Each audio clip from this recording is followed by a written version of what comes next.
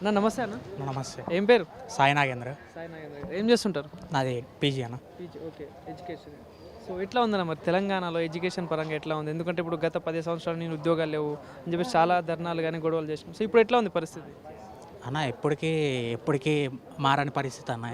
ఎన్ని గవర్నమెంట్లు వచ్చినా విద్యార్థులకు కానీ నిరుద్యోగుల సమస్య ఎప్పటికీ అవి మారని సమస్యలానే ఉన్నాయి, కానీ ఎవరు వచ్చినా మారుతాయని అయితే లేదు.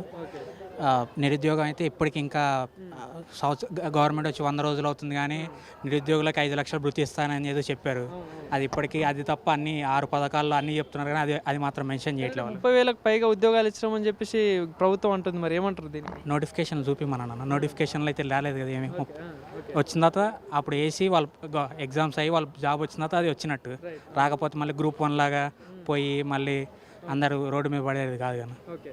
సో మరి ఇప్పుడు ఎందుకంటే ఇప్పుడు మొన్న అసెంబ్లీ ఎలక్షన్స్ అయిపోయింది, గవర్నమెంట్ చేంజ్ అయింది, ఇప్పుడు కొత్త గవర్నమెంట్ వచ్చింది, మళ్ళీ పార్లమెంట్ ఎలక్షన్స్ కూడా రాబోతున్నాయి. సో మరి ఈసారి ఎట్లా ఉండబోతుంది అంటారు ఈ 3 పార్టీల పరిస్థితి? కానీ ఏ గవర్నమెంట్ వస్తే బాగుంటుంది సెంట్రల్లో? అన్న ఇప్పుడు జనాలు క్లియర్గా ఉన్నారన్న, క్లియర్ కట్గా. గల్లీలో ఎవరైనా ఉన్నాను, కానీ ఢిల్లీలో ఒకే పార్టీకి వేయాలనుకున్నారు, అది బీజేపీ పార్టీకి అని. అది మనం ఎవరు కాదన్నా బీజేపీ పార్టీ వస్తుంది మళ్ళీ. బీజేపీ వస్తుంది అంటే ఎందుకు బీజేపీ వస్తుంది అనుకుంటున్నారు మరి? ఇప్పుడు ఒక చిన్న ఎగ్జాంపుల్ చెప్తాను. 70 కాంగ్రెస్ చాలా సంవత్సరాలు పరిపాలించింది. వాళ్ళ దగ్గర నుంచి వచ్చిన పివి నరసింహారావుకి వాళ్ళు భారతరత్న తెచ్చుకోలేదు, అది ఇచ్చిన ఘనత బీజేపీకి ఉంది. అంటే వాళ్ళని కూడా కష్టపడ్డ వాళ్ళకి ఫలితం ఉంది, గుర్తింపు ఇస్తున్నారు. అలా 370 ఆర్టికల్ చూసుకోవచ్చు, అది ఎందరో కళ, ఆ కళని తీర్చింది. ఇంకా రాను రోజులు ఇప్పుడు జీడీపీలో 5th పొజిషన్లో ఉంది, రానున్న రోజుల్లో 3rd పొజిషన్కి వస్తుంది.